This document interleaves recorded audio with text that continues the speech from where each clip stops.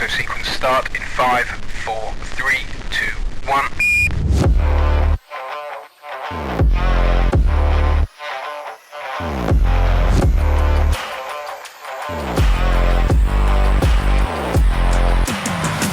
Well, hello there.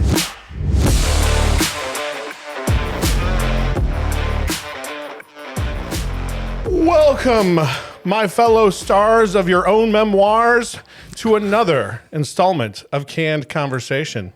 My name is Andrew, and with me, as always, my good friend Stephen. Well, good evening. Good evening, my friend. Yes, good Gentleman evening. from the over there. Tell me, have you purchased your copy of the latest Royals Tell-All book? I have not. I just prefer to watch it on the news.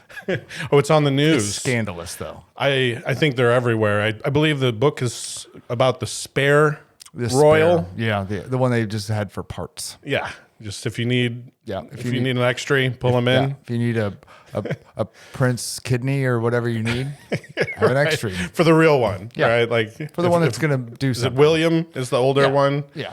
Who I saw him recently, and man, that dude is bald. Yeah. like I didn't realize. I haven't seen, I guess, Yeah. in a while. He But found a wife right at the right time, like before it was all gone. nice. Yeah. Oh my gosh. Well, the young one, Harry. He is oversaturating himself for a while. I don't know what all is going on there, but not exactly up my alley. Tell me if anything wild happens. Okay. All right. As is our shtick, one of us brings a new, unique, or rare canned beverage to try, and while we sniff, gargle, and swallow its contents, we will do our very best to entertain you with our opinions, only the most relevant and hard-hitting issues facing our species today. Today's being about knowledge you wish you possessed earlier in life, perhaps, or that with which you don't want to know and wish you never had known. Oh, like stuff I wish I could get rid of or stuff I wish I knew. Yes. Okay. I've actually titled this Ignorance is Bliss versus Knowledge is Power. All right. Later in the show, we'll review and rate the canned beverage and let you know if you should try it while waiting for your flight that was delayed due to a maintenance issue that will, of course, not cause an issue once you're in the air. Right. Which I've heard a lot of lately. So there was a big thing that happened. We grounded a bunch of flights. It was a system, I guess, of an information system. Yeah. Of course, it's always IT, of an issue. But it kind of went with my topic today, all right, of ignorance is bliss. You know, when you're waiting for a flight and they're like, we had a problem where the wing fell off, Right. and then we have to get some extra bolts for it, and then we'll be on our way. And you're like, I could have gone without knowing that. Yeah. The people that get on the plane, wait for 2 hours, and they go, we got a maintenance issue. We're going to need everybody off because we don't want you to see what we're about ready to do to this plane. Right. We'll be back in an hour. And you're like, take your time. Right, and don't tell me it's a maintenance Yeah. issue. Just tell me someone is maybe we're just a little late. Yeah, we're delayed. We're delayed. Where we're going, we're not going to fly through a thunderstorm. We're going to let that pass so that Trust it's me. easy going for you. These planes can go faster than we usually drive them. Right. We'll catch up. We'll get Don't you worry there. about it. Yeah. So, apparently it's, I think NATM, not the NATM system that's been around for a while, went out and man, whew. One developer, one file is the Isn't that answer. always the way? It's a database file that was corrupt and he didn't know it. And they everything went down. And then it took them a while to figure it out that this one doing a normal system upgrade on a 30-year-old piece of software, one database file. Yeah. Threw Thousands down- of people threw down just everything. sitting around waiting Yeah. and flights delayed. Yeah, shut us down like we were on 9/11 for the day. Like literally, that's you. That guy is probably like in a mental institution. Or he's that kind of IT guy where Yeah, he's he's like, like, they'll all wait on me. You know what? I'll get there. I told him we should have done the upgrade last night. That's right. He's sitting back and he's eating and drinking his coffee and he's like, it'll get done when it's done. That could be true. He probably doesn't care. Doesn't. He went home and slept like a baby He's like, that I've night. been saying upgrade this infrastructure for a long time. Nobody uses couch databases anymore. When you I'm sure he's all over it. I hope you guys like IT humor. There it is. There it is. Sorry. All right. Let's get this can kicked off. Are you ready? Yeah. All right. Let's go, on board, let's go. Here you go. Bravo. Would you like anything else once we're airborne? Peach. know, I can eat a peach for hours.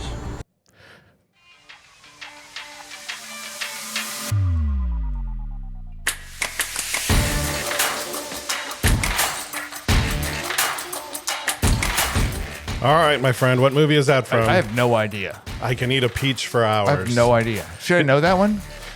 Maybe. Was it from the Top Gun franchise? I don't know any lines from those rom-coms.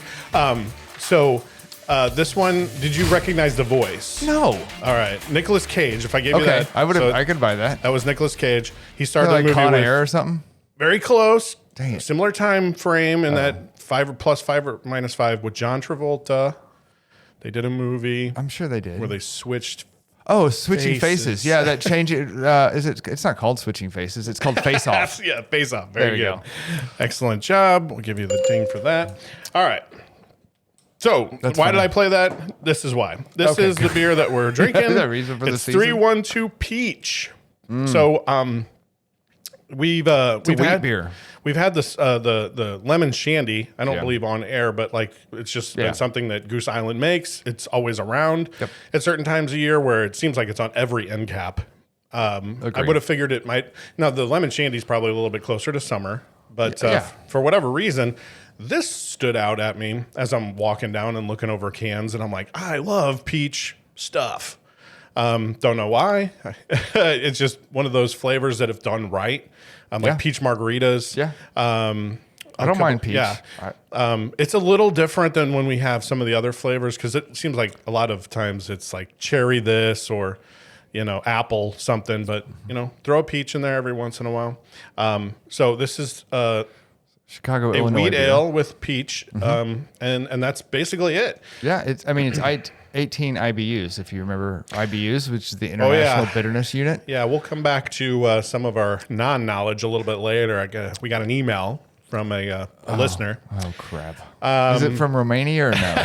No, Oh, dang it. it is 12 Florida ounces. And it's 4.2% alcohol by volume. Yes, so nice even keel beer. Goose Island, they make a lot. They've been around for a long time. So I've never tried the peach. So we're going to try it. We're That's gonna awesome. try it. All right. So I mentioned ignorance is bliss versus knowledge is power. So the first part of the show here, what I want to do is kind of tee up both of those items personally for us and see if there's just some things that we might have. And if you recall, I should set it up this way. We were playing a game called Hot Seat. Yep. On a previous episode. And during that, we got a card. And that card said, what do you wish you would have never known? Yeah. And I said... You pulled the card. Right. I pulled it. I said, I'm like, this is big. Like, I want to dedicate a little something to this. So I can do a whole episode on this. That's this episode. So that's what I want to get into a little bit. Do I get that card back? Yes. Okay, good. I actually meant to give it to you before tonight. I've had it sitting there. I'm like, you actually took the card, you put it aside, Yes. you go, we're going to do a whole episode on this, and I'm keeping the card. And I'm like, okay. I have it ready. Great. I have it That's funny. to give back. Cool. I do want to, before we get into the topic, do want to mention we will raise a can. This is going to come out on MLK Day, Martin Luther King Day. Awesome. So that's this weekend. One of the most influential leaders of the civil rights movement of our time. So, a little bit before our time, but of the time and of our generations. So to all those who work and ensure equal rights for all, we raise our can and toast you. Absolutely. With our... Yeah, good. If you've never been to the museum in Memphis, oh my God, it was the most emotional museum I've ever been through. It was insane. So if you're ever in Memphis, make time to go through what used to be the hotel where he got shot. It is a extremely powerful museum to walk through. I mean, like extremely powerful. So Yeah. make time for it. It's a cool one. So let's get into things you wish you didn't know. This is the ignorance is bliss part. So I just have a couple of questions or a couple of things to get us started, at least things that I, in my head, thought, these are things I don't think I want to have known. Now, as I was searching my mind for these, it was hard to kind of come up with some because if you know me at all and my love of documentaries, and I love knowledge. Yeah, and I like learning things. Learning things and looking up and figuring out problems. Like, knowledge to me is great, but there are a few tidbits I could come up with. So if any of these spark anything that you know, or if you have any, if I don't know them and you tell them to me now, and I'm going to be ticked that now that I know them, I'm going to be mad at you. You know all of these. Okay. Things you wish you didn't know. I wish I didn't know that they took away Pluto's right to identify as a planet. Oh, yeah. I loved 9. I do too. Nine was And it's good. an odd number, but it's the right number because it's Right. the number I was taught that there are, and you had to learn them in order. And it's this small planet at the very end that you feel so like Right. there's an emotional attachment to Pluto for some reason, and Mars, right? Like Pluto's this tiny little tiny Ice little planet. ball. Yeah, and it's way out there. You'll It never shouldn't get have there. survived. Right, but it's still like good for you. Hang in Right. there and still be a planet. And then they're like, yeah, no. And you got discovered. You're so far away. Yeah, And you got discovered. Agreed. It's amazing. Yeah, he was the So- underdog planet, and now he's not even a planet. So I wish that fight didn't exist. Yep. I wish I didn't know the ending to Fight Club, The Sixth Sense, those two main ones, especially Fight Club, because I'd like to rewatch it and experience it for the first time. But I also wish I forgot the ending to that movie every time I watched another movie with the same ending. Because now when a movie is made, and I won't spoil it, but there's a certain plot twist or a plot device that's sort of used where now afterwards I go, oh, this is going to be a that. Fight Club ending.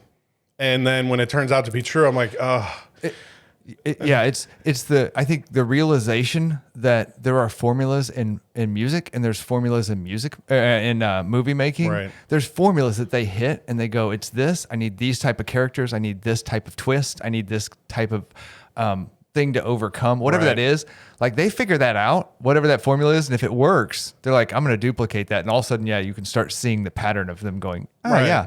That was really successful here. We should do that same twist. And I was truly blown away. I did not know the ending of Sixth Sense before I saw it. I watched it completely innocent of knowing what happened at the end. And so I was like, I would love to do that again. Right. Yeah. But once you know it, once you know it, yeah. It's a one-time shot. Right. Because then, agree. So those aren't deeply personal things, but they're just like, I want to experience that again. So can I give you a similar one? Because I said something about music and movie kind of being the same way. I watched an Ed Sheeran thing the other day, and he goes, I can play you any top 40 song. I saw that. Did you? And he goes, in an interview. with 4 chords, Yeah. I can play you any song. Name it. And he did. From Beatles to top 40 Right. stuff now. And he's like, and so that to me always, for 2 reasons. One is it makes me feel good because I can play those same 4 chords. Right. But for 2, I always look at these artists and they're always like, I love this song and it's so different. It's not. Yeah. Like you can do that same song over and over again, and they all have it, right? It's verse, chorus, bridge, chorus, right? Done. There's your formula, and then you just put 4 chords to it. It may be a minor chord in there somewhere, Right. And you can liven it up in there. He played basic, right? Yeah, he just when played the did 4, right? But you're like, oh, so But many. I mean, it sounded spot on. Oh yeah, and he nails it. Yeah. Although he's decent at singing. So And the fact that he that's knew the helpful. words to those when Right. they just shouted it out, I'm like, Right. The words to any song that could have come out. And he's like, yeah, here we go. and yeah, that was amazing.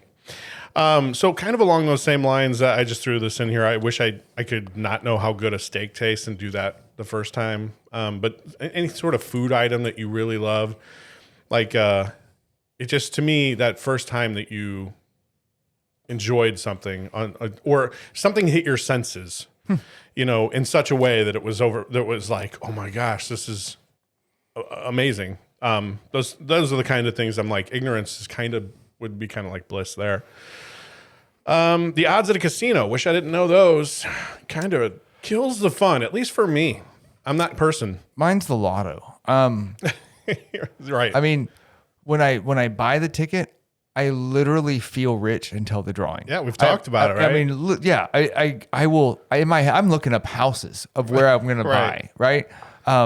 But when I walk into a casino, I feel like I'm always 50-50. Like I could win anything in here. I know that's not right. I love that ignorance, but I know my odds on the lottery. Like I know Powerball and Mega Million. I know I'm at 1 in 30 million, 300 million, right? So 1 in 300 million. That's not very good. Yeah. I have way better odds in a casino. In a casino, right? For a much smaller amount, but true. Yeah. It just, to me, when I was younger, I loved going in, and then once you start to feel the loss and go, this is really matching, and then you're understanding odds better, especially if you look at them, because I wanted to play to win, so I would look things up, knowledge, and try to figure out how the best way to do that was, and it was like there is no the fun wears off good way. when you know it's all rigged against right. you. Yeah, it's all lights and blinky then, and so okay. I wish I didn't know how hard it was to lose weight. I've lost significant weight in the past, and it's a grind. It's a long grind that you really have to put. So when I've gained a lot back, to start knowing the knowledge of the grind before. Yeah. So it's now intimidating to you. Right. And you're like it's harder to take the first step because you know every single step after that. You know that there's a lot of steps. And I know the realistic timeline. Right. The first time I did like a hardcore program and lost almost 100 pounds, I thought I was going to lose it in like 3 months. Right. Like I would just going hardcore, like working out every day, eating right. And it took longer. But when you think it's 3 months and you get to 3 months, well, then you can do the next 3 months. Right. Right. But it's the first step is hardest, right? Once you've committed, then you're in. So when you in your mind go, well, now I know it's at least 6 to 8 to maybe a year, then you're like, man, that's a long time. So that's just one of those things. Or probably, I thought, well, I don't really run marathons, but maybe a person that ran marathons goes, I wish I didn't know how hard it was. So I would have excitement about trying that for the first time. So I'm gonna flip this on you and say, I wish more people knew how easy it was once you got past 3 miles. Like if I could give, like getting people from thinking that 1 mile is far in their brain, if I could stop that from happening and just go, once you hit, I wish you knew what it felt like when you got into a zone and you feel like you could run for days. Right. And that's anywhere past, for me, it was always like the 2 mile to 3 mile mark. Once I hit that, nothing's uncomfortable anymore. I'm used to it. And I could run for 9 or 10. I wish more people knew that feeling than do, because most people stop before they get to 3. Yeah. Because they're like, that's a long ass way. I can't run that far. Yeah. Completely agree. So, here's where I get a little bit, big, or a little bit more, I'd say personal, sort of, or not so on the nose with a couple of things. This is probably one of my biggest ones when I thought about this. And that is, I wish I didn't know how big of jerks people could be. It really taints the way you approach a lot of things, right? If I go to a concert now, I just assume there's going to be 4 or 5 jerks that are going to do things that could potentially ruin my experience. And I factor for that and go, how am I going to navigate around that? The person spilling beer, maybe the person on their phone talking or putting it up in my, up so that it's blocking people's view. All of that's just one instance of concert going. But this is one thing that came up that I thought of when you said this topic is, what would I like to know? I would like to think people are like the majority of people are kind and considerate, and you just know that's not right. Like you just there's a lot of that seems pessimistic, but I think that there's a bit of realism to that, right? Like unfortunately, you go to some place and you're like, man, I want my family to really enjoy this, and it's a great outing, and then there's some jerk move that somebody pulls, and you're like, Then, and if your kids are present, then you got to go, don't do that, kids. Then there's some explanation there. Yeah, and you got to explain it why people are crazy, and you're like, damn, you've ruined everything. Yeah. So it just it taints, I think, what otherwise, because now sometimes you sort of pre-plan for that a little, or at least I do. Maybe that's I don't like crowds. I mean, for that reason is that people get crazy in crowds, and I used to not mind going to concerts and that kind of stuff, but I don't want to go on the busy time to Six Flags, or I don't want to go during the busy time to anything. Like I want to go in off-season stuff where people aren't around. It just seems like people just don't really care. Like if they put their phones up, and if you go, hey man, I'm trying to watch the show, then you're the jerk, right? They'll turn around and be like, what's your problem? Right. It's my phone. Right. And you're like, I'm the problem here. Right. I asked nicely. You got a giant phone in my way, and so, yeah. And I think, when you're looking forward to something and you go, well, there might be, that element. Yeah. It just sort of taints it. So, and I wish that would be completely gone, because that like childhood innocence of going, I'm going to my first concert. Right. You just go and have fun. We're going to blow it out. Yeah. Yeah. So kind of along those lines, but made me think of this is I wish I didn't know that politicians and people in government care more about power and money than helping their constituents. This was my other one. Yep. You nailed it. That was my first one because this makes me more mad than almost anything else. This is why I don't watch the news, or why I don't get into the politics of stuff unless it's super big and then it's like everywhere, so it's saturated and I can't get away from it. But like the day to day, like watching Fox, watching CNN, any of those networks, we're not sponsored by them, and we're probably never going to be. If they threw some of the money my way, I might go. We could say something. Watch their entertainment segment. Yeah. But all of that just solidified when I have seen that, and you go, man, it really just seems like they're all just fighting each other as opposed to actually trying to do something to better with my life, the people's lives around me. When you realize they're not there for you, right? Like you're not serving me in any way, shape, or form. But you say it comes out of your mouth every day, how much you're worried about me in the middle class, and you're just lying. Like that frustrates me more than almost anything else on earth right now. Like blatant liars. Yeah, really. And here's what's hilarious. It's crazy. So I just saw this past week. I've seen this name a couple times, but didn't have any background on it. Santos, right? Yeah. And so I see this clickbaity thing, whatever. And I'm like, I got to know why this says his party calling for his resignation over his lies. Yeah. And the only thing I could think of was if every politician that lied was asked to resign, we'd have no politicians. Right. What they meant is they're calling for his resignation because he got caught lying. Right. Like caught egregiously lying. Yeah. So once you get caught, all bets are off. Yeah. Because then they can go after you. Then they have power to go after you. Yeah. They will turn on each other and, tear you down, try to get your power. Yep. It's like sharks with blood in the water. And his lies are dumb. He said he went to a college and got a 3.8. He doesn't have a college degree. Just be honest with people. Right, like right on. And then what was his other one? He worked at a giant firm, like I don't know, some lawyer firm? No, investment firm. Okay. Goldman Sachs. It is Goldman Sachs. I just named the biggest one I knew. Nice. worked at Goldman Sachs. Okay. And people were like, we checked. No, you didn't. And we went to this college and they said you didn't ever go here. Not only did you not graduate with a 3.89, which puts you in the top 1% of the graduates of this class, but you also didn't go to college here. Like stupid things. Why do you need that? I don't get it. I don't either. What's your game here? Anyway. Before I say my last one. Okay. You can tell that one fires me up. You hit that one. All right. Nice. It fires me up too, but and I wish I didn't know. I won't dip my toes into that water, like I said, until it's so. I'm like, if I see your name 8 times, I'm gonna go, okay, at least tell me. Yeah. So I don't sound like a complete idiot when someone at a dinner party goes, "Can you believe what's going on with that guy?" So the last one I'll say here, I'll just caveat that as I was thinking about this, I am very lucky in that I haven't gone through like divorce. So I know there's probably people that go, I wish I would have never known my partner did such and such that caused a divorce. I was trying to think of anything that might be something that a person would go, I wish I didn't know. I haven't had a loss of someone uber close to me, meaning in my immediate family. So like I haven't lost my mom or dad. So that a person might go, I wish I didn't know the pain of losing a parent or a sibling or my wife. So I don't have those. The last one that's a personal to me is just, I don't know how many people out there have been witness to something fairly gruesome.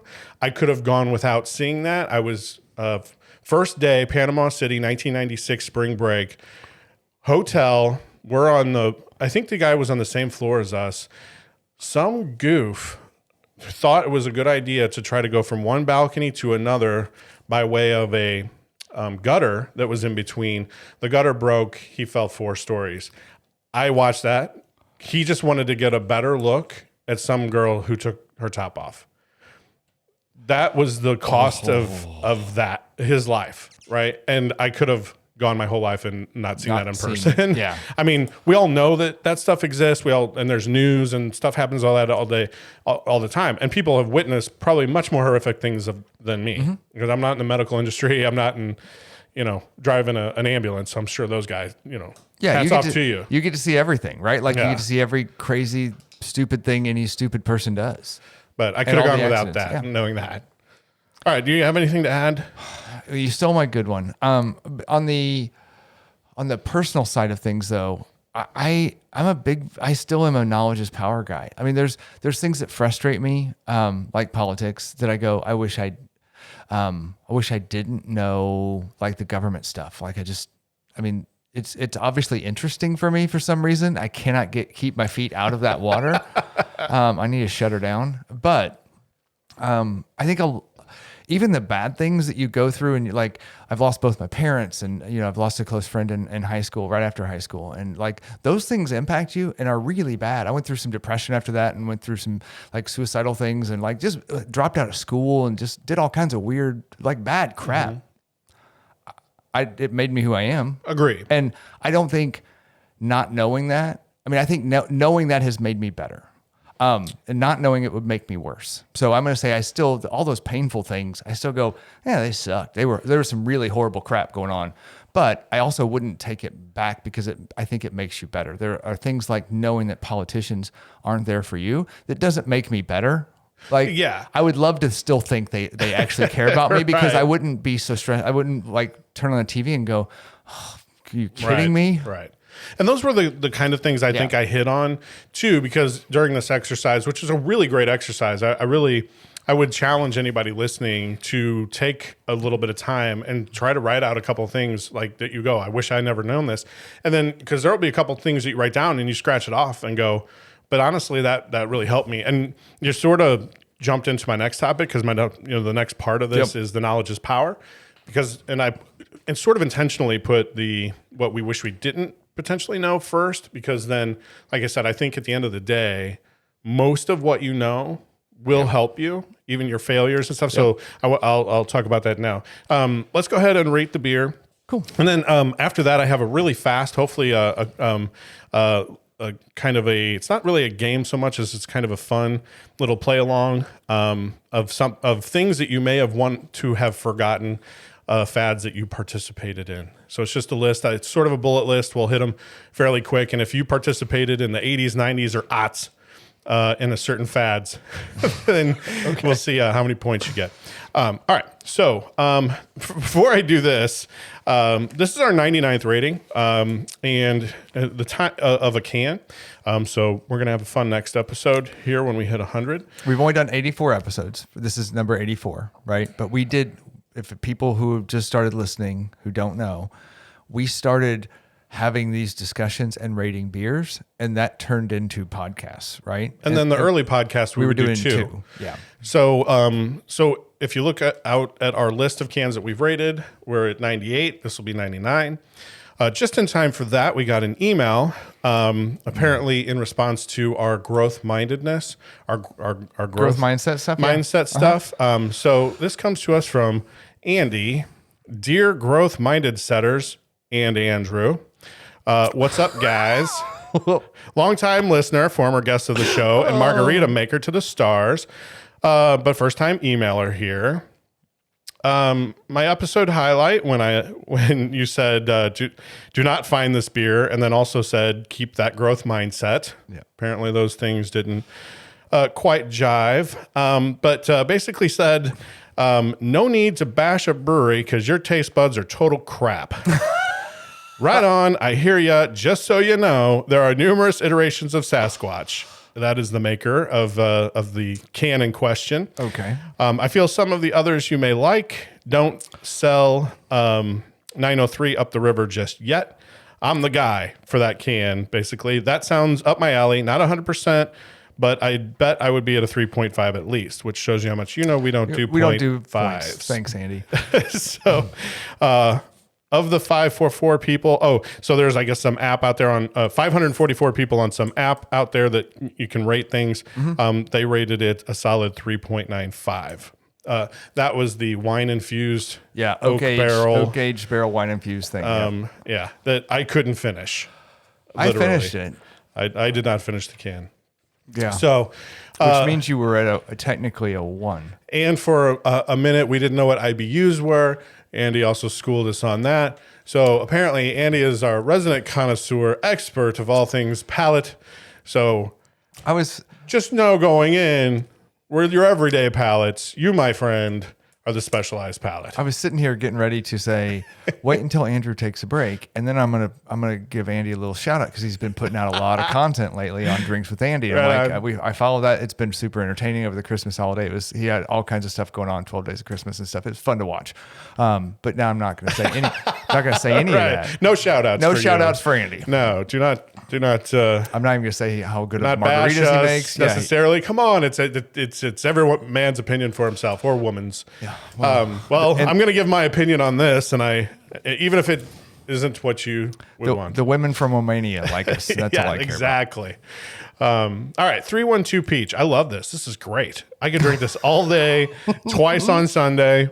It's so refreshing. It's got a great, and we've liked 312, so I think this is just adding a bit of flavoring to it. They have their regular, brew without flavoring. Like I mentioned, they have their lemon shandy, which we like. I dig this. I'm definitely giving it a 4.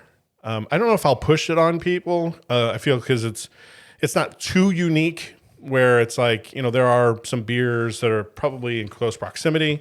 It's not so far off the meter that I'm like, man, you have to try this. This is not something I've ever had before. But I really dig it. It's a great taste. But again, I said at the top of the show when I'm introducing it, I like peach stuff. It's a good taste for me. So if you don't like peach, you're not going to agree with me. But for me, solid 4. All right. So I like peach. This is peach gone wrong. This is so I'm at a 2. I'm not gonna bottom line up front. I'm at a 2 on this one, and it's the peach flavor. So I like the beer underneath it if you get rid of the peach, but the peach flavor tastes like bad peach that they put in tea. There's some good peach teas that you can get out there, and then there's some that like you can taste the artificialness of peach, and to me, I taste artificialness of peach. Like it's got something on my tongue, and I'm like, it's not horrible. I'm gonna drink it, but I'm probably not gonna buy it and put it in rotation. I'm just not digging the peach part of it. I guess for me, I can appreciate that because I know that that peach taste in there is probably not peach juice because I think it says on here like maybe squeezed one peach per flavor. Can. Yes.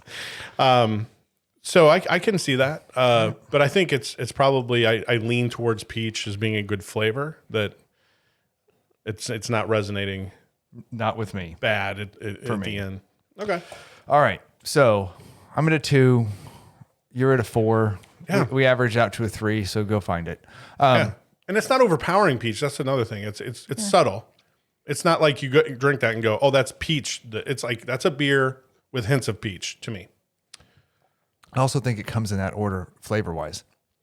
I taste beer first, then peach. And then the hair of the peach? Yeah, and then the sticks on your tongue? outside, and then the sticker, and then the stem. If they had a nectarine flavor that didn't leave the hair on your tongue? Yeah. Then I would, All right. I'm in. All right, so let's get back into it. Let's talk about the knowledge is power. Okay. So just a couple. So the way I actually, because I think we summed it up fairly well, right? In talking about how we think that all of what we know and our experience has made us who we are, and it's the wisdom that we possess today. But what I thought would be a good exercise is to go, if your current self was given a time machine and the ability to go back and tell your 18-year-old self one bit of wisdom that you've acquired, what would you want to have known when you were 18? What is the knowledge that you didn't possess at 18 you wish you did? But at 18 specifically? Well, I mean, if I just tried to choose a young age that wasn't too old, that like you've already started having kids. At 20. I mean, 2 years after that, I was getting married and having kids. I was starting my profession in my early 20s. So like, just those things that before you kind of jumped completely out of school or that school everyday mindset, your job was part-time into, okay, you're looking forward to adulthood. Yeah. What knowledge did you want? Now, the obvious answer is invest heavily in Apple or pick another one, maybe Walmart, but for me, I'd probably Apple. At the time, put everything I ever owned for a while in that and just let it make me a millionaire. Yeah. So I think, am I going first on this one? Yeah. So I think there's 2 things that really pop out.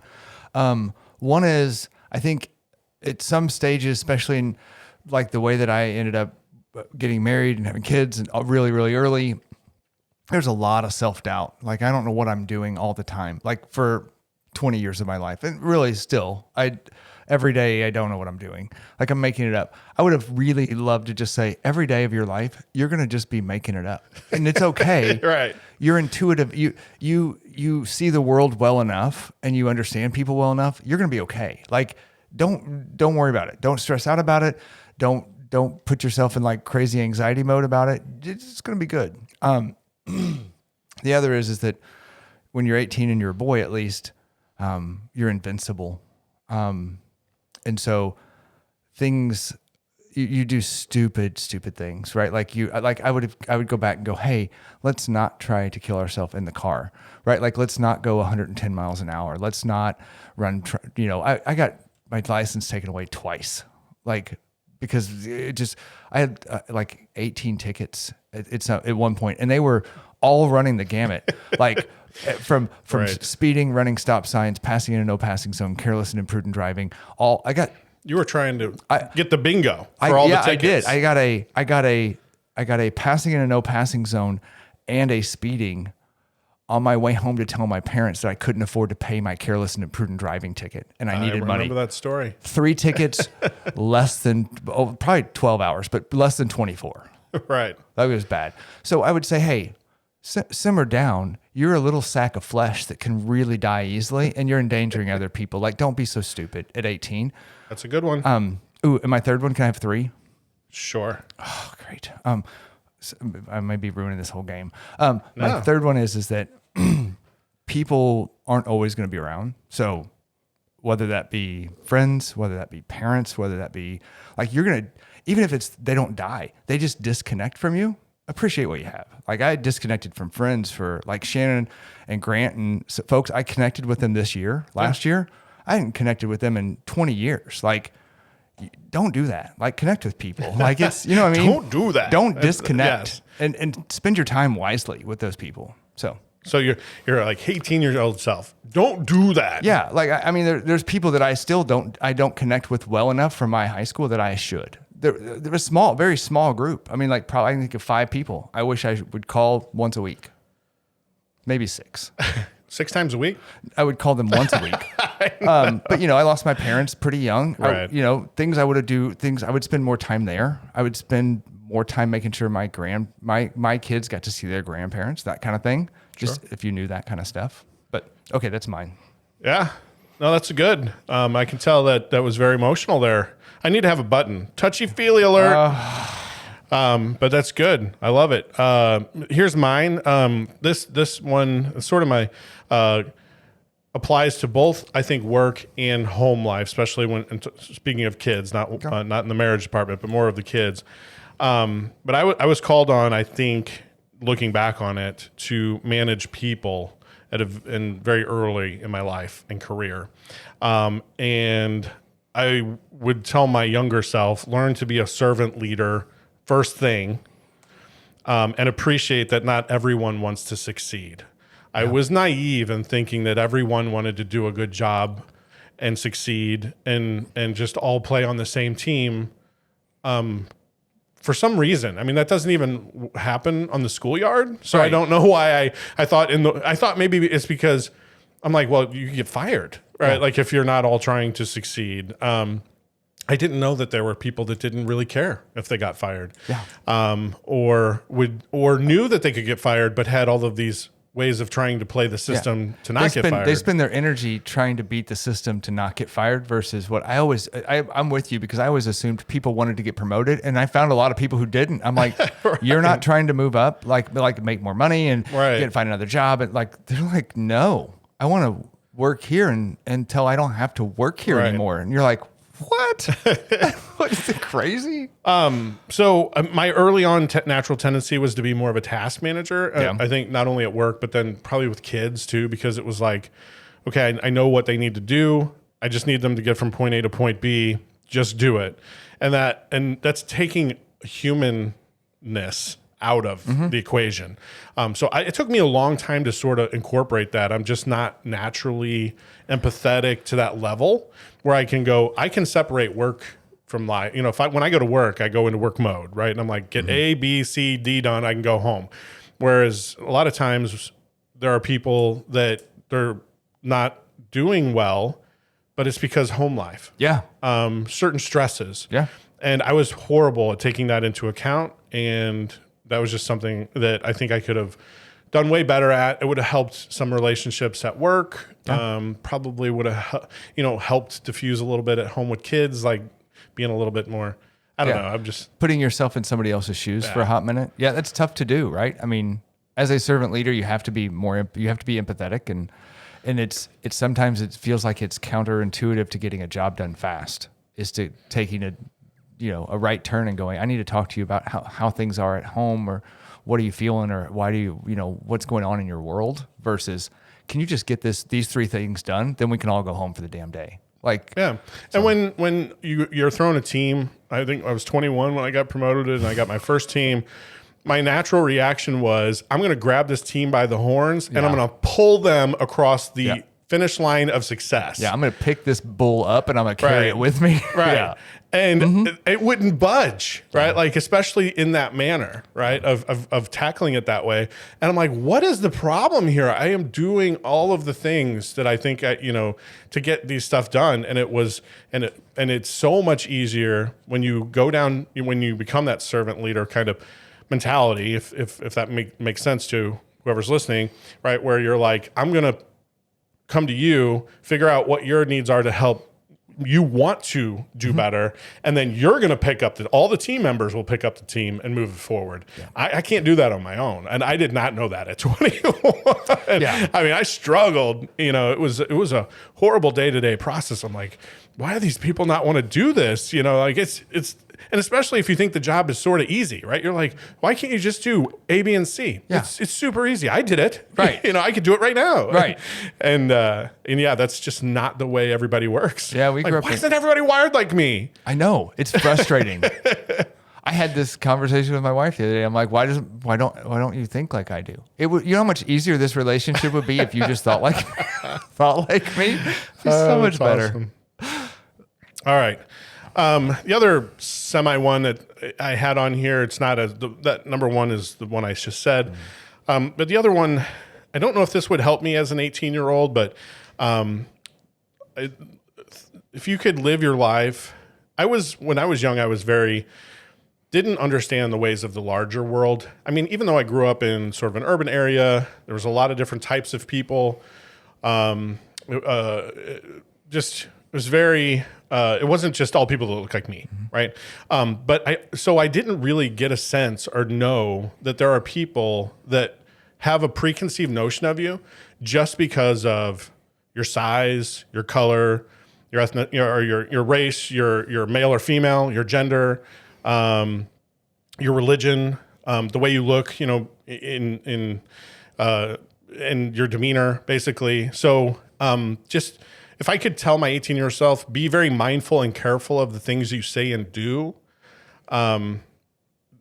because a lot of things could be taken out of context. And there were some early things at work that I was very innocently, just talking with people the way I would talk to anybody back in my old neighborhood, like where, and things were like, it just, because of who I was and just some of the preconceived of this is the world I come from, it just doesn't always mesh. So I wasn't always sensitive to that. And again, just a boulder that I feel like I pushed a lot, that if I would have known back then, I wouldn't have spent all those calories doing it, or brain cells. Yeah.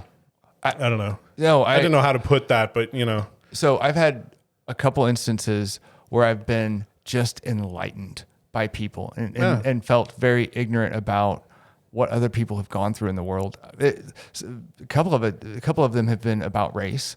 One of them has been from a war-torn country, and they're like, this is, I'm like, holy crap. Like, I don't have, sure, white male, middle-aged dude, comes from middle-class family.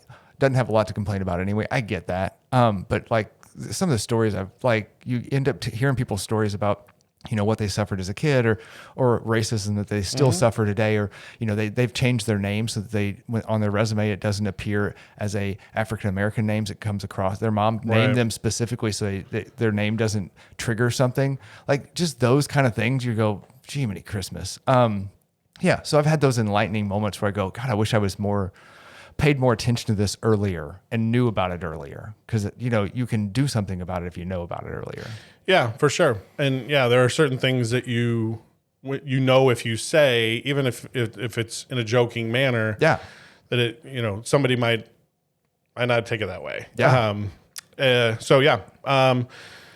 right, that's really anything else you want to add for I know we really I would sort of at the top of the segment, we sort of framed it of why we think really knowledge is good, and then we sort of said what we would tell ourselves young. But so my only other add while we were going through this is, I feel like if I had to go back, I could be a better parent.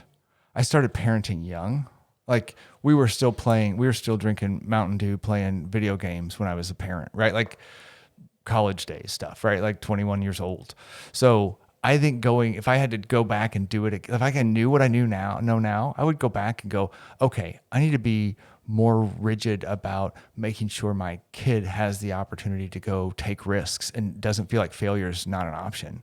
Like you can go out and fail 10 times. I don't care, but I want you to be I want you to be a trier. I want you to really push for certain attributes in both of my kids that go, how do I build your confidence the right way? And how do you become a person that's, that's out there taking on challenges and is almost not afraid of things. I think there's a lot to be afraid of in this world. So I would go back and do some of those things over again and say, this is done be super implicit about why I'm doing things as a parent. What's interesting about that, though, and then we've talked about nature versus nurture, and I think you could, even if you had the time machine and you could go back, you might bang your head against the wall maybe a second time, because you're like, hey, I know I don't want you to be afraid of something, and you're just working against genetics or working against that inborn personality that's just like, hey, I'm averse to risk. That's just how I'm wired. I still like it. I'm never going to like it. So thanks for pushing me out of the airplane with the parachute on. I don't want to pull this cord. Well, I don't want to skydive. You're making me do this and thinking it's going to grow me or make me grow. I don't know. That one's a tough one, because I completely agree with you. And it's one I thought about when I'm like, hey, if I could go back, would I change my parenting? And I'm like, man, I really did I feel like I did the best with what I knew and how, and I don't know that I would change much other than just being a little bit less task oriented with kids when they were younger, because I've gotten progressively, I think, better at that as I've gotten older. But to your point, major changes of personality, I don't know that you can affect, because I thought I could affect when I was young. I thought I could do that. Yeah. So when they came out, I was like, that kid is going to be a polite, that, outgoing, kids older going to have friends, but And then they did their own. I'm like, I can't. This personality is just what it is. Yeah. It's their wiring. And so I'm looking back and going, if my parents could do anything different, would I be a different person now? And I'm glad they aren't, because I'm okay. I like who I am now.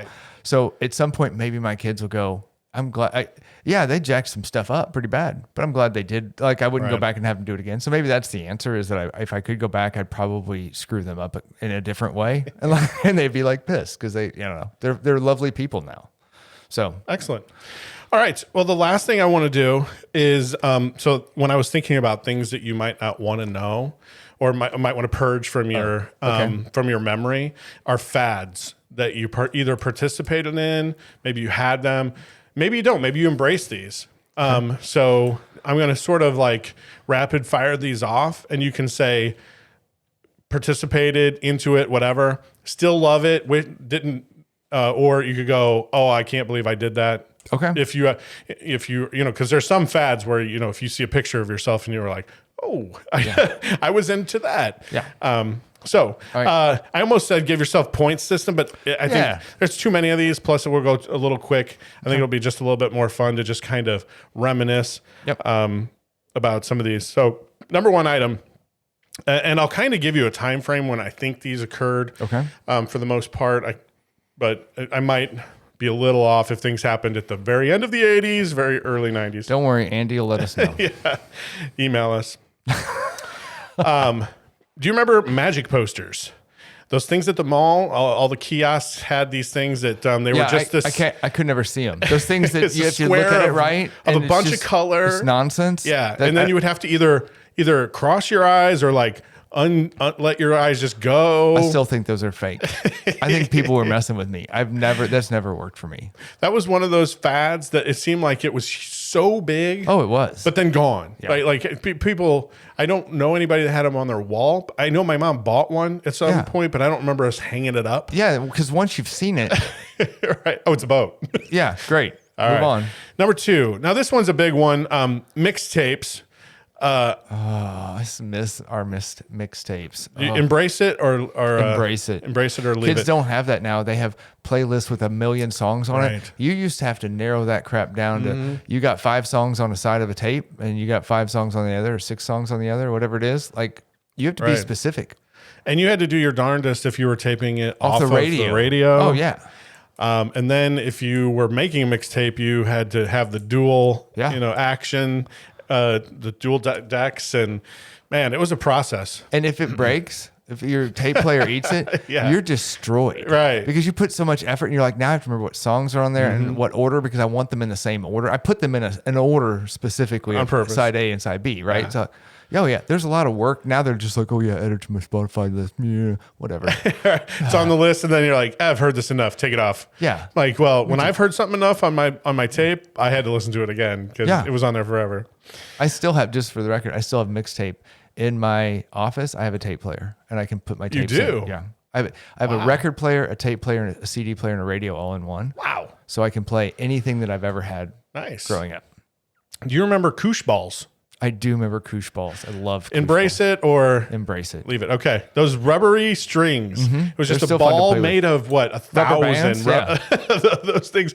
And then what do you do with them? Dong, dong, You dong, start- dong, dong. you take like beat 3 it against your fist. and then you yeah. like spin it around. We used them test the we used them veracity. for tennis a lot too. I don't know. We had them all over for some reason. I don't know why. Yeah, and they were everywhere. Most of them were sort of that, standard size tennis ball, maybe size, but then they had little ones. But those standard size tennis ball ones, they were everywhere, and they Yeah.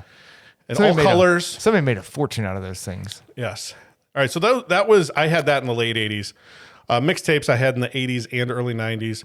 Magic posters 90s. So do you remember in the late 90s those Nextel phones that had the walkie-talkie function? So it was like a cell phone, but Yeah. then the people that had the Nextel, they didn't have to use the cell phone piece. Right, They they could just use went the walkie-talkie. Right. Yeah. And it made that certain noise. I can't replicate it, but whenever I heard it, it was sort of because I didn't have one of those, and I'm like, and it was kind of obnoxious. Right? It was. Everybody could hear it. Yeah, I wasn't a fan then. I could do without it now. Yeah. Like I don't. Yeah, it was a great invention at the time. Like for probably was- 2 yeah. years, every construction. Oh, that was like, what it was great for, I'm sure. Construction workers and all those folks that are talking to a whole group of folks and all day long. Taxi drivers, Yeah. probably, anybody Checking that just, in, yeah. quick without having a call. Do you remember in the early aughts, flash mobs? Yes. Embrace it or Flash Ditch mobs, it. which would be the same as dance. just all of a Mobs. sudden in a mall somewhere. break out and dance. People that seemingly don't know each other all start to do the same dance. Yep, love it. I can still watch those on YouTube. Embrace. All right. I have a all feeling start- you're going to brace all of All these. start singing at once. Digging that too. I could do without those flash mobs. It was just a little, I don't know for what, it was kind of neat to see, but then you're like, wow, you did all of that preparation just for those 2 minutes of making people go, oh, they do know each other. Right. Why is that one person walking out into the middle? Oh, they do the dance too. Right. So, and especially after the first 1 or 2, interesting. After that, then it was kind of like, oh, here goes. All right.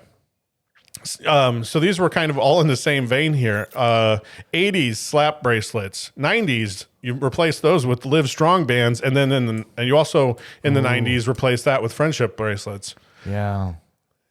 Embrace those. Slap bracelets, I wasn't into, but those are still around. You know where I find those? At the place where you get tickets for video games or something like skee ball. Yeah. I'm like, holy crap, they have slap bracelets. They're so cheap to make. Yeah. In fact, I think my niece got one for Christmas. She's 3, almost 4, I guess. Yeah. 4 next week.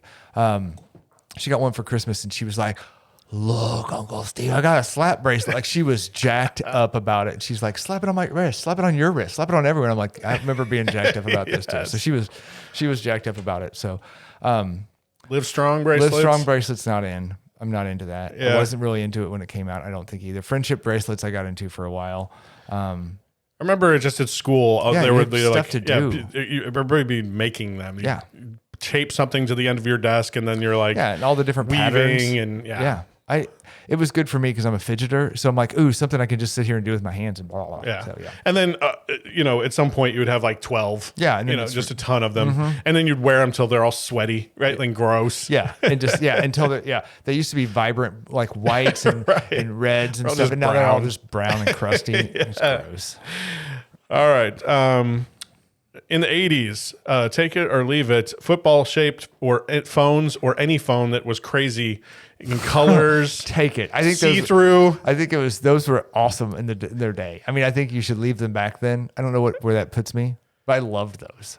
Yeah, and what's funny is I feel like we haven't really changed because everybody's phone wallpaper is different. Right. It's your personality. Right.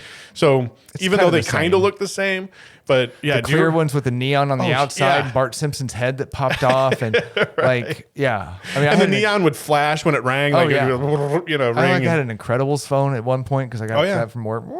Anyway, it made all kinds of crazy noise. Yeah, we had fun phones back then. I had a football phone that I won in grade school. That's in a good one. Yeah, that we had a kind of that field day thing, and it was one of the games. I just sat there all day, and I'm sure somebody got it free with an ESPN subscription, Right. And then just like, here, I'll donate this, and yeah, and I loved it. All right, in the 10s, you remember planking?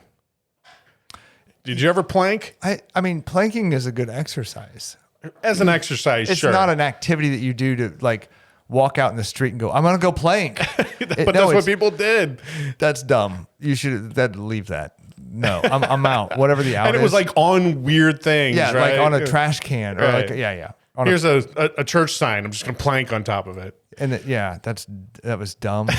It was Dumb. Yeah. I kind of, it was like early days of challenges. They didn't call it a challenge. It would have been called planking challenge now. But, with TikTok, everything's Yeah. sort of like a challenge. I think I think I have a picture of me planking because my boss thought it was the best thing ever. And I was up in Seattle, and he owned a winery at the time. And so he's like, everybody get a different, we had all of his barrels. He's like, everybody get on a different barrel and plank. He's like, this is going to be awesome. And we're going to take our picture. I'm like, okay. So I went along with it, but it was not my idea. Sure. All right. Here's some fashion stuff. 80s parachute pants. Yeah, those weren't a great The nylon with a bunch of zippers. They weren't a great idea when they came out. You make a lot of noise when you walk. Yeah. Replace that in the 90s. Then you put on regular pants and put on chain wallets. Yeah. That fad. I'm not a huge fan of that either. Big chain. Yeah, it that's- dangles almost to your down your thigh. And you walk around like, I'm not losing my wallet. You Right. see how it's chained to me? Right. I'm sure that still exists. It does. And then also in the 90s, you remember the Adidas jackets that became a gang symbol a bit. With the white stripes down your arms, right? Yeah. Yeah. So it was like red ones you were Yeah. in one affiliation and blue ones you were another affiliation. Yeah. But none of the people wearing Adidas jackets were affiliated, Yeah. right? Because they were all in schools like, that we were in like, hey, look, I got a red Adidas jacket. It's the hottest thing going, but Run DMC. I'm not a blood. Adidas I swear. cool for everybody, right? Wasn't that who it was? Run DMC who made Adidas cool for everybody. Oh, LL Cool J too, right? Okay. I think those two. Garbage pail. Here's some toys or collectibles. Garbage pail kids. I don't think I got into those. I may be wrong, but I was really young. I was like in second or third grade because I remember being in a babysitter's house. I couldn't be on my own at that point, and but they were just so obnoxious, and the parents hated them. I think that's why I loved them. Yeah. Right? Like it was like, hey, look what I got. Yeah, and then Stinky Teddy, right? And he's got snot coming out of his nose or whatever those things were. just gross. Yeah. and and then and it's like, why are you collecting those? So I think it was sort of that first attempt at A little bit of rebellion. Yeah. And then Micro Machines I put on here in the 80s. I do like Micro Machines, especially because Teeny little cars. Because the guy who did the commercial, the Micro Machines, he was the best part of that whole fad. Agree. The actual Micro Machines kind of suck. Trashy. Because they're so small. Yeah. You just What do step you do on with them them? and you get hurt. You hurt yourself. They're like stepping on a lose Lego. them. You either hurt yourself or you lose them quickly. And there's not really much fun you can do with a car that's like this, the size of your fingernail. Yeah. No. Agreed. That guy was the best part of it. He was awesome. 90s waterbeds. We talked about waterbeds today. Did you? Yeah. My wife's like, hey, do we need a new bed? And she's like, we should get a waterbed. I'm like, yeah. She goes, you would still be in it right now. You would not be able to get out of that thing. All right. Anyway, so yeah. I bought myself a waterbed when I was like 17 or 18. Did you? I don't know that they were great. Dumb, I guess. I mean, there was such a fad, that I totally am like, this will be the greatest thing I've ever slept on because it's water. And then it's not. I'll tell you the worst one is when the heater doesn't work because you got to heat, there's a heating element. And then you wake up and you're like your body temperature is so low that you're almost passed out. I mean, I was chilled one night. I'm like, oh my gosh, my heater broke or something. I was, all I remember, I only slept on one probably twice. All I remember is getting into it and then going, am I going to sit here and just do the worm? All right, slosh. Like you're all of a sudden you get still, but you're never still because you're doing the permanent worm for like 5 minutes. I'm like, this is really not good. Yeah. How am I ever going to fall asleep? Lava lamps, that's sort of ongoing. My kids had a lava lamp for a second. I was like, oh my, look, they still are made. Yeah, both my kids had lava lamps. I had lava lamp when I was in high school. I thought it was interesting. It gets hot as all get out. Yeah, it's kind of dangerous. Oh, it is. You can burn yourself on that. So embrace it or leave it. I'm gonna embrace it. Embrace or leave blacklight posters. That was a huge in the 90s. Those are fun. Spencer's Gifts, I don't think would have been in business for a while had it not been for those. I put up a decent amount of those. Yeah. I'm going to zip through some. I have just a few left here to wrap it up. Do you remember Monster Balls? No. They were Nerf balls, but they were in the shape of monster heads. Oh, I do remember these. I had some of these. Yeah. Because I had a skeleton one and like a Frankenstein. Yeah, a bunch of them. Yeah. So I thought those were for boys, Polly Pocket for girls. I remember the name. Obviously, I never owned them. I shouldn't say obviously, but I never owned them. You've had two girls.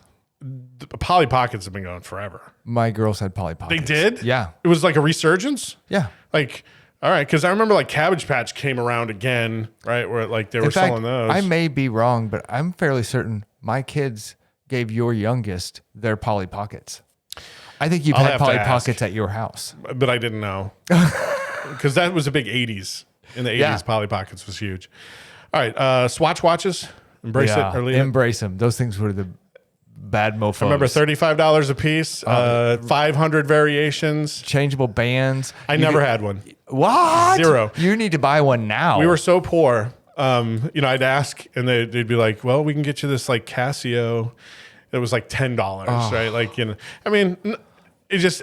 the Richie I shouldn't say the rich kids, but the kids that had money, they had like 8 or 9 Swatch watches, and they would new one they would wear a different one every day. I had one, but it was my prized possession. But they had bands. Oh yeah, the things that protected the screen, the little jelly bands. Yeah, that like you stick on each side of it and it goes over and the top. You could twist 2 colors or something. Do things with that. I'm like, those things they accessorize. They were the first pre-Apple accessory watch stuff, right? Like it was cool. They still make watches. Yeah, just FYI. as they should. So they're still riding on that 90s money. That's right. They're like, we're killing it. All right, you remember Max Headroom or Spuds McKenzie? The fads of commercials back then. This is a fad that I don't think we do anymore. Hands Across America and We Are the World, where a ton of celebrities get together, not right after a natural catastrophe, but just for, hey, world hunger. Yeah. Or that we're going to stretch across the United States. Whoever thought that was going to be a thing, that should have been a thing. Yeah, this is going to fail. There's no way we have enough people that are going to get on board. Right? Have you been to Kansas? No one wants to walk through Kansas, go out and find a spot in Kansas. Right. So, do you remember moon boots? Yeah. I don't know if they make these things, but they're just snow boots, right? They are, but they're those kind that have. It's like at the top, it's like a what do you call it? It's like an elastic thing, cinches, right? But the hole is at the very top, and you stick and it's like all foam, essentially. Yeah. They kept the snow out of your neat. boots. Oh yeah, they should. I feel like they should still sort of it was make a version of that. Great if they design. Don't. Yeah, yeah. Kept everything waterproof. It was easy on, easy off. Troll dolls I have on here. Just tell me this: did you ever have a tail in the '80s on boys? It was where the rat tail. The rat tail. No, I don't believe so. Although if anybody's going to call and correct that, it'll be my sister. I did have. She'll have a picture. I got will. picture proof. I did have a mullet. Is that on your list? No, I had a dyed blonde mullet.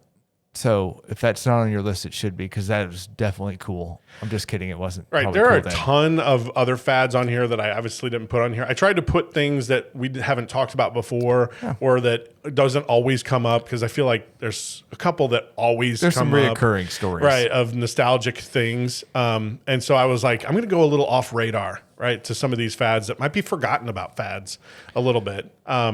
Because it took me a minute to remember the rat tail, but and there were some people that had them so long, it just braid them so crazy. It was gross. And then I could take this out behind the barn and shoot it, and that is truss falls. I've always thought those were so kind of dumb in the 90s. And then how many fail videos have you seen of that? Yeah. And then the last one I put on here specifically for you and your lovely family, and that was the Y2K'er. Oh, yeah, we prepped. Preppers. We're still prepped for it. All right. Anything you want to add to that? No, I think that's good. Oh, I know. That was a good reminisce about Swatch watches, and that's entertaining. That's fun. Yeah, and I didn't even get to some of the other ones that I had on there. I skipped over some good ones. That I shouldn't have probably, but I'm just running out of time. What's the Speak and Spell? It was awesome. And there was one of the I won't make everybody. Oh, the Merlin. Do you remember that? No. It was that red thing that looked like like a phone, and it had four. It was like one of the earliest handheld computer things. Oh. And again, only kids that had money. Whenever I would go to people's houses that had money and they had like the stuff, the cool the toys. Electronics, I would just be like, "Can we just play that?" And it was always terrible because they had played it so much. Right, they were done. That they were like, "I'm kind of tired of it." And I'm like, "Oh my gosh, I would play this for hours." All right, I don't remember that one. So I think I won't end this episode quite as abruptly as I did the last one. That's awesome. But I think at the end of the day, hopefully maybe you agree with us that, I think knowledge is power is probably the better option. It will helps you become wise in life. You can utilize that if you have kids. You have somebody you can pass along to, mentor somebody. If you don't, you can, or at work you can help others. Like you just pass that along and also better your own life. Yeah. Right. But there are a couple of things I think in theory we would like to maybe forget about. But obviously, honestly, that really helps you be who you are.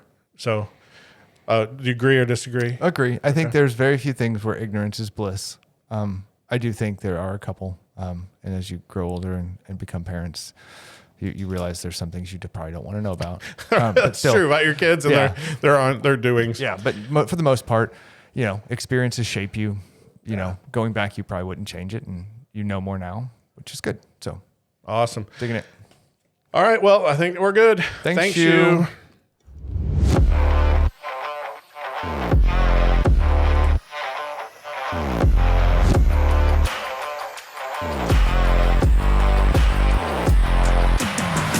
This show is at its end.